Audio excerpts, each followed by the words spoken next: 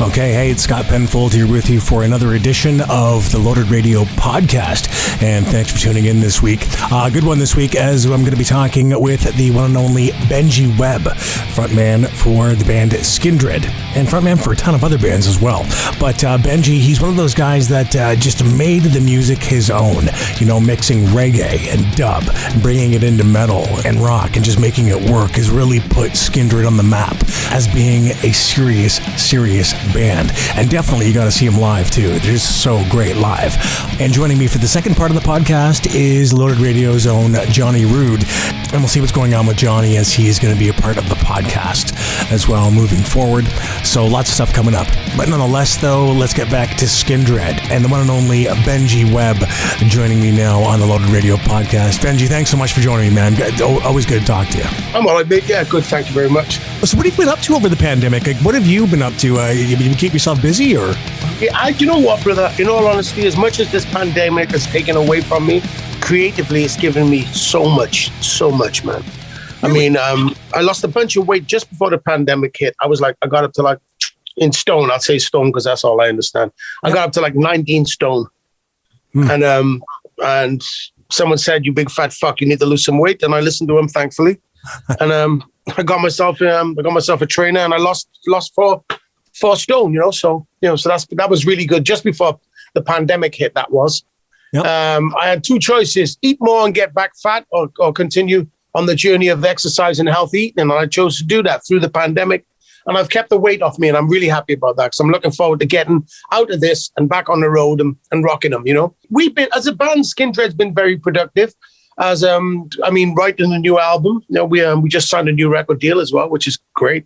I've just been very busy. I put out a cover album. I did want to do it with SKINDRED, but the guys are quite, they're more picky than me when it comes to recording and stuff.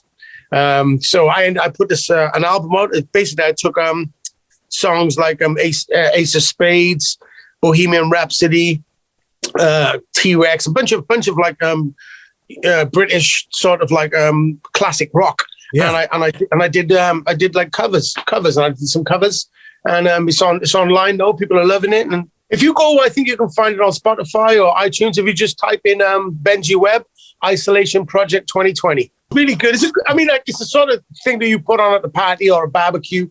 You know what I mean? It's very uplifting. I've got my own spin on a lot of these classic rock songs, and it was a lot of fun doing it. It kept my mind off all the bullshit that was going on with Black Lives Matters and all this other fucking bullshit. Yeah. It kept me away from the news. It kept me away and kept me positive, because if I watched the news, I wasn't going to be positive in any way.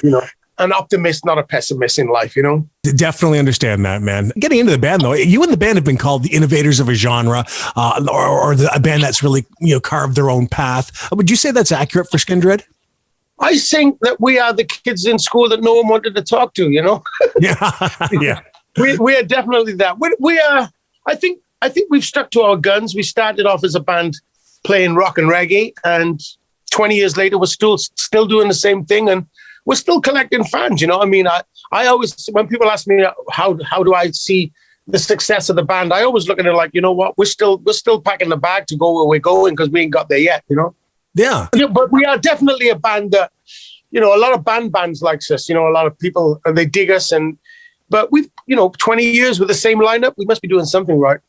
Yeah, absolutely. I was about to say the same thing. And where did that sound come from for you personally? Like reggae and metal, where did that come from for you? Well, as a kid growing up, my brothers was playing a lot of reggae, 70s and 80s reggae. That was in the house. And then also, my mother and father were listening to a lot of soul and R&B, James Brown, Aretha Franklin, and a lot of reggae as well.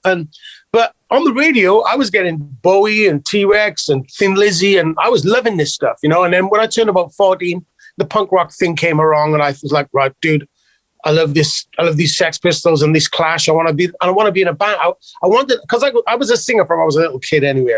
Doing like Michael Jackson impressions and shit like that for the girls in the girls' toilets for cigarettes. And music was something that always drawed on me. But when I seen the specials, I must have been about 13, 14. I seen the specials on a TV show, and I'd never seen nothing like it. these guys in this band, they look like they could live in a council estate, like a project like I grew up in, you know. They Sure. you know, they didn't look like untouchable. And I thought, wow, I want to do something like that, which takes the rock and takes the reggae and makes them as one. Because I've always lived in a community which is not like the segregated community. I live in throughout all my life, I've lived in very much communities which are melting pots. You know, it's not black or it's not white. It's just that community. And I think the music the SKINDRED makes is definitely a reflection of my upbringing and why I'm here today. And I sing about unity and people coming together. And I think the lyrics of SKINDRED, we've got 7 albums out there, and I think the lyrics on there are more prominent now than they ever were, you know? I would definitely agree with you there too, man. And the last album that you guys released was, I think, Big Tings, which was 3 years ago. Is SKINDRED working on something new right now? Working on? Yeah, man. We're talking to producers at the moment. It's been quite difficult being like, you know, not being able to get in the room because we're only just getting our vaccinations now. So, you know, we want to do the right thing. You know, I mean, I don't want to. There's nothing wrong with me. I ain't got shit wrong with me since the whole thing started. You know. Yeah. So I don't want to do the vaccination, but in order to rock, if that's what I got to do, I'm prepared to do it. You know. I don't want to stand in the way of progress. You know, we got to push this thing forward and get back to some sort of normality. Absolutely. So I think we've written between March last year and March this year, I think we've written like 36 songs. Wow, good stuff. And I think because of having the time to write them this time, normally you got a record company breathing down your neck, and you got people saying, "Oh, you got to do the album, So you have your whole life to write your first album, and then 6 months to write all the other albums in your life. You know? Yeah.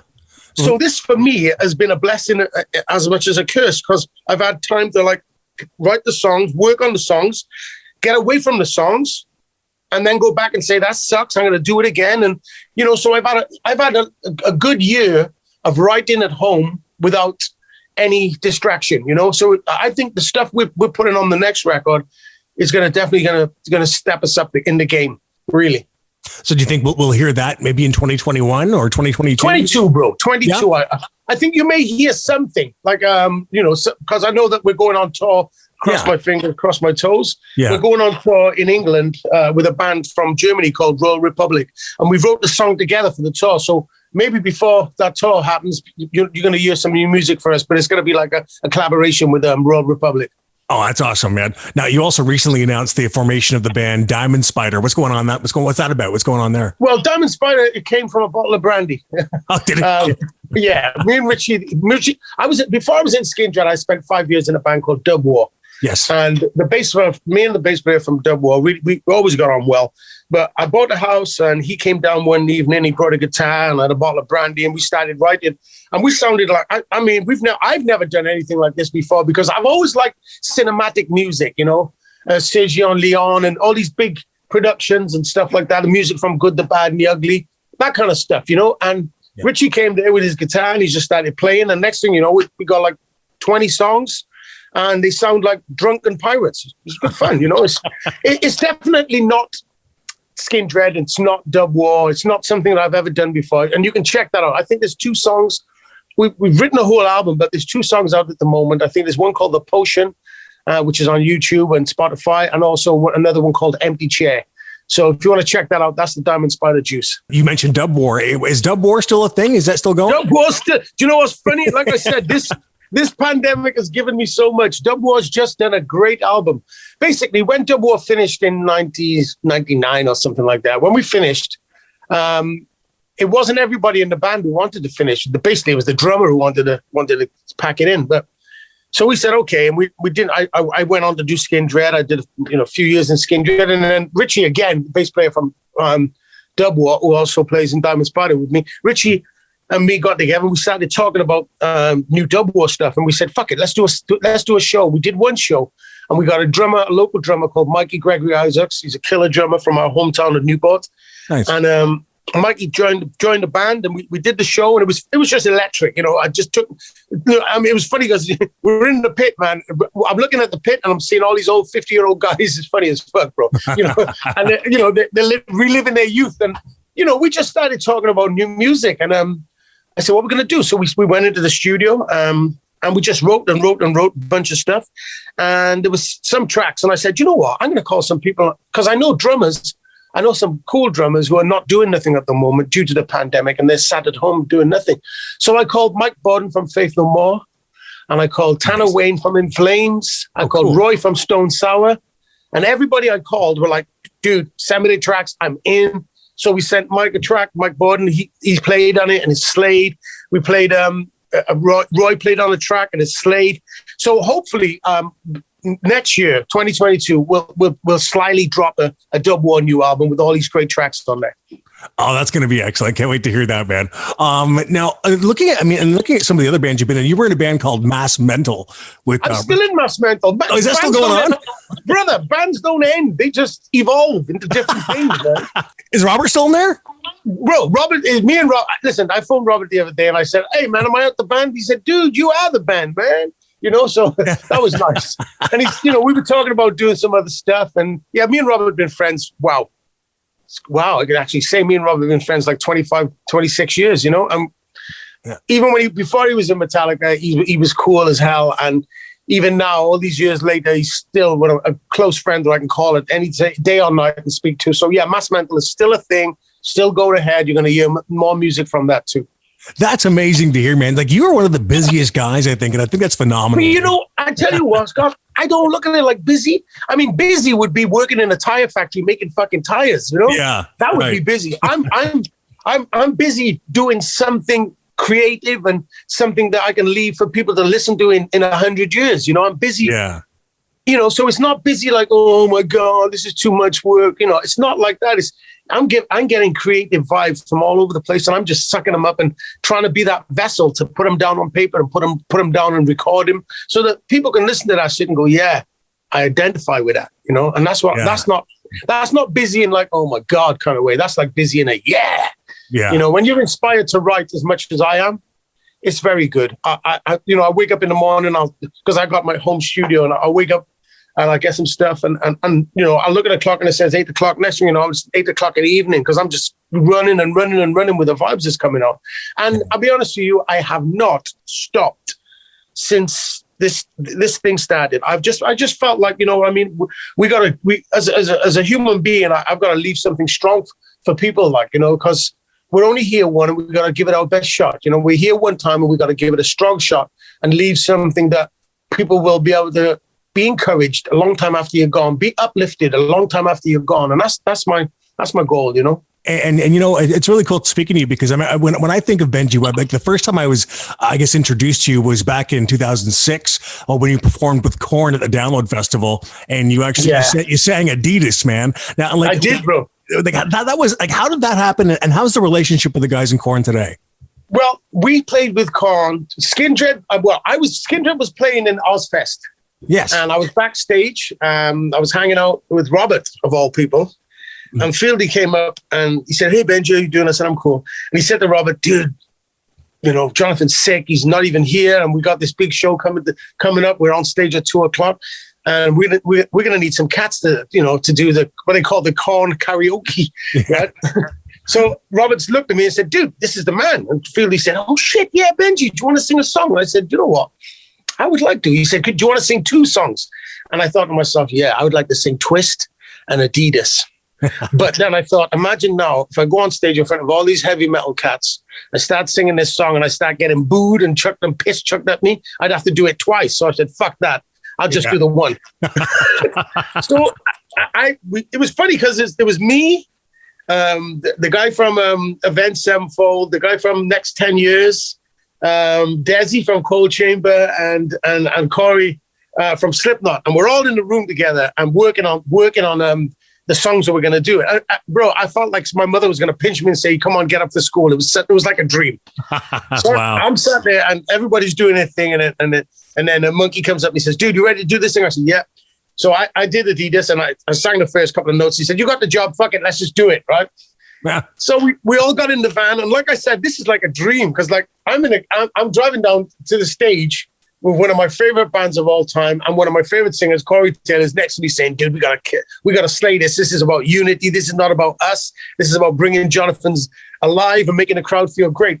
So I'm in this van driving down to the stage, and we got out, and you know what? Like I said, it was like a dream come true. It really was. It just went so fast. I wish I did too, because I didn't get chucked a boot or got piss thrown at me. So I wish I did too. You know, do you know when they say, if you got any regrets? I say, yeah, I wish I'd done 2 songs with KORN that day. Oh man, that's really, but do you still talk to the guys in KORN at all? When I see them, it's like, listen, some bands you can play with, I'll be honest with you. Some bands you can play with, you can do a 6-month tour.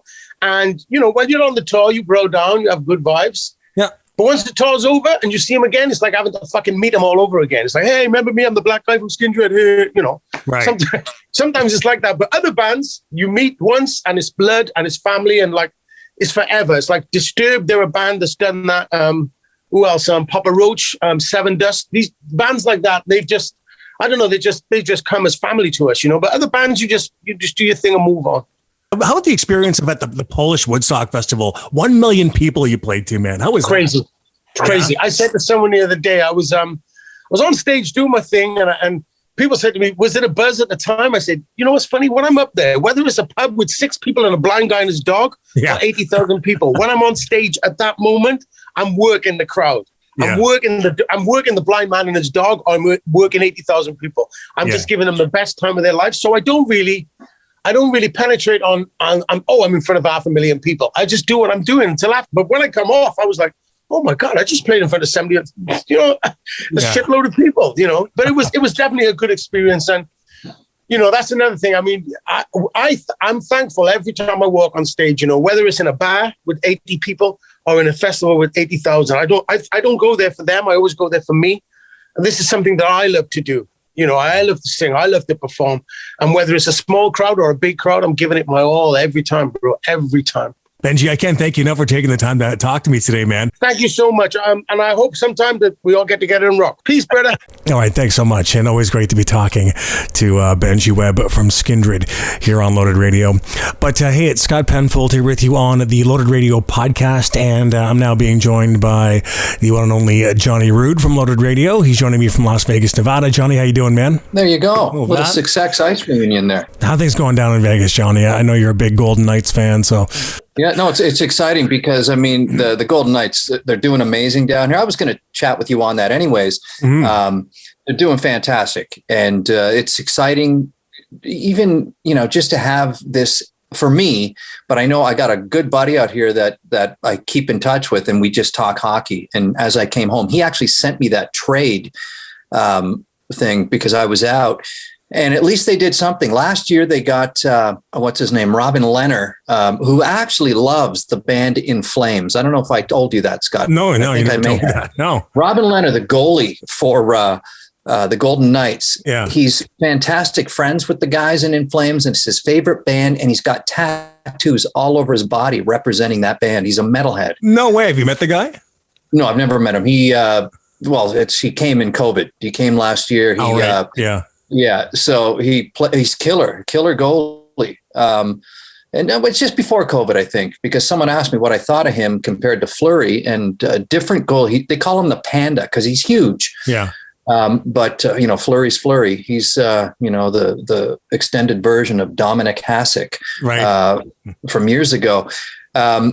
Anyways, yeah, he's a metalhead dude, and if you look at him, he could be in one of those bands when he takes, you know, the goalie helmet off. You know, he's got he just looks like a metal guy with the long hair and whatnot. Big day for you, being a big Knights fan. Thank God there's hockey. I love hockey. I love this team, and it's. Hang on a second.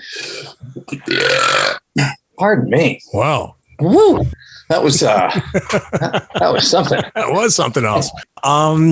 Check this out, man. Did you know that ex Van Halen bassist Michael Anthony, he recently did an interview for Westwood One Radio, and he was talking about how when the first time he met Sammy Hagar, this is just prior to joining Van Halen, as you know, replacing Roth back in '85. He said that everybody at the time, a management company, the label, Warner Brothers, everybody, they wanted the band to change the name from Van Halen, but they ended up not doing it. I mean, this is the first I've actually heard about this. I didn't realize that there was actually some talk about Van Halen changing the name when Sammy came in. You know what I mean? Like, I mean, not just to like Van Montrose or Van Hagar as people, but I mean, I actually changed the name. A whole new name. Yeah. Well, it's funny. It's funny that you bring this up, Scott. As you know, I'm a huge Van Halen fan. Yeah. I've got many artifacts in my house pertaining to that band. Yeah. But I did see a fantastic show, series, interview, documentary. Dee Snider hosts them. It's called Breaking the Band, and it's on a station called The Reels, and Dee hosts, there's 20, 30 of these things, from Fleetwood Mac to AC/DC. I mean, they're really, really cool. Again, it's an updated version of Behind the Music from VH1, but it's called Breaking the Band. One was on Van Halen, and they talked all about what you were just talking about. They didn't mention about changing the name. It's stuff that I kind of knew, but there was other things I had never heard of before. And pertaining to Dave, when he left, it was Dave who actually left. He goes, "I'm out of here, man. Yeah. I can't do this." And the reason being is the two brothers. I mean, and Eddie Van Halen, I mean, in this, if you watch this sort of documentary, is somewhat of a tyrant. Whatever he says goes. Yeah. And Alex and Dave, I remember, years ago, growing up with Van Halen, and you hear rumors and stuff about Alex and Dave, Dave stealing his girlfriends and groupies and stuff like that. And right. Yeah. They get into fist fights. And so they weren't too fond of each other. No, and David Lee Roth himself has even said that there has never been a closeness within that band, Right. And when you watch this show that Dee is voicing, it shows a different dynamic. And the funny thing is, the exact same dynamic turned out to and happened to Sammy Hagar that happened with Dave, with the two brothers. Right. And, Eddie called the shots, and Eddie said, "You're fired." And they wanted to do a greatest hits record.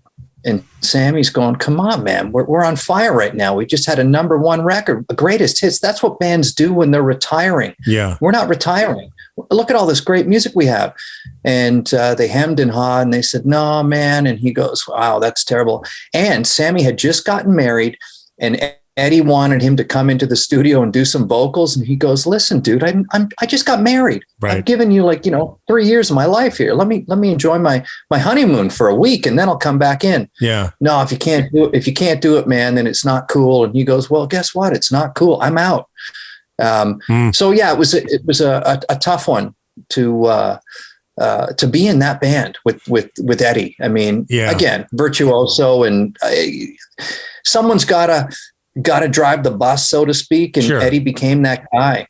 I think that there was certainly a clash with the personalities of, say, Eddie Van Halen and David Lee Roth, and even Sammy Hagar as well, I think, which was, I'm sure, added fuel to the fire. Especially looking back, a lot of people looking back recently with Eddie's passing, people, it causes everyone to all of a sudden reflect on that artist that just passed away. And I think that a lot of people looking back and realizing just how important, though, that music was, you know what I mean? And just how and the significance of the difference that a lead singer can make in a band, that I think that was really, really prominent in the band Van Halen. Then the fact that they chose to keep the name because it was their namesake, and they thought, hey, we developed this name. Why are we going to change it? They kept it. They moved on. I mean, but it's a tumultuous history, though, John. It really is. It is. And no one really knows what happens behind the scenes, so to speak. Sure. And it was really Dave who was the mastermind of this. The craziness of Van Halen was all Dave Lee Roth. Like when they were playing one of the big stadiums in California in 1978, and they needed to do something. I think they were opening for Sabbath.